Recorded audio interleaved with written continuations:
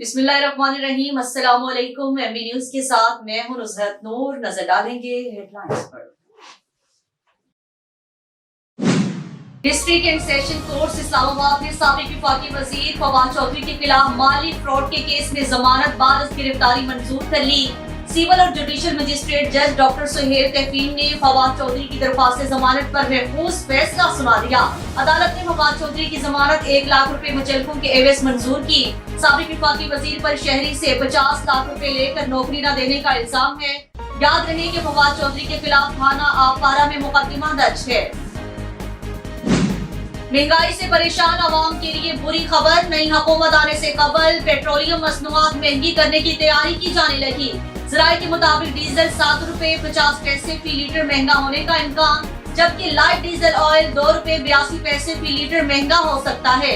मट्टी के तेल की फी लीटर कीमत में 1 रुपए 7 पैसे इजाफा मुतवक्के, जबकि पेट्रोल की कीमत बरकरार रखी जा सकती है। खाम माल तेल की गुज़श्ता 15 अयाम में कीमत $70 से $82.07 तक दी जा रही है। इंटरबैंक में रुपए के मुकाबले में अमेरिकी डॉलर की कदर में कमी का सिलसिला थम गया, जबकि पाकिस्तान स्टॉक एक्सचेंज में दूसरे रोज भी शदीद मंदी का रुझान रहा।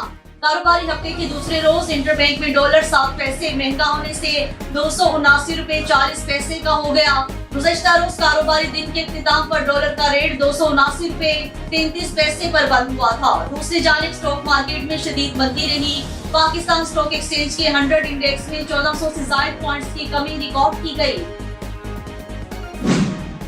पीपी 161 से पीटीआई के हमायत याफ्ता आजाद उम्मीदवार फारूक जवेद की कामयाबी हाई कोर्ट में चैलेंज हो गई। पीपी 161 से नून लीग के नाकाम उम्मीदवार उमर सुहेल जियावट ने हाई कोर्ट में दरख्वास्त दायर की।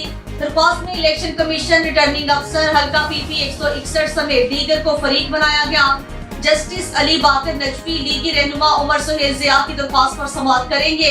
वाज़ेह रहे कि पीपी 161 के गैर हतमी गैर सरकारी नताइज के मुताबिक पीटीआई के हमायत याफ्ता आजाद उम्मीदवार फारूक जवेद 46,947 वोट लेकर कामयाब रहे। हुकूमत साजी के मामले पर मुशावरत के लिए मुस्लिम लीग नून के कायद नवाज शरीफ ने अहम इजलास आज तलब कर लिया। इजलास में शहबाज शरीफ अहम राब्तों, मुलाकातों और आजाद उम्मीदवारों की नून लीग में शमूलियत के बारे में कायदे नून लीग नवाज शरीफ को ब्रीफिंग देंगे। इजलास में मरियम नवाज शरीफ, इसहाक डार और दीगर अहम जिम्मेदारान शरीक होंगे, जबकि नवाज शरीफ से मुशावरत और उनकी हिदायत को देखते हुए शहबाज शरीफ 1 बजे प्रेस कॉन्फ्रेंस करेंगे। ऑस्ट्रेलियन ऑलराउंडर गैलन मैक्सवेल ने T20 क्रिकेट में भारतीय कप्तान रोहित शर्मा की 5 सेंचुरियों का रिकॉर्ड बराबर कर दिया। ऑस्ट्रेलियाई ऑलराउंडर मैक्सवेल ने वेस्ट इंडीज के खिलाफ दूसरे T20 में 55 गेंदों पर नाकाबिल शिकस्त 120 रन बनाए।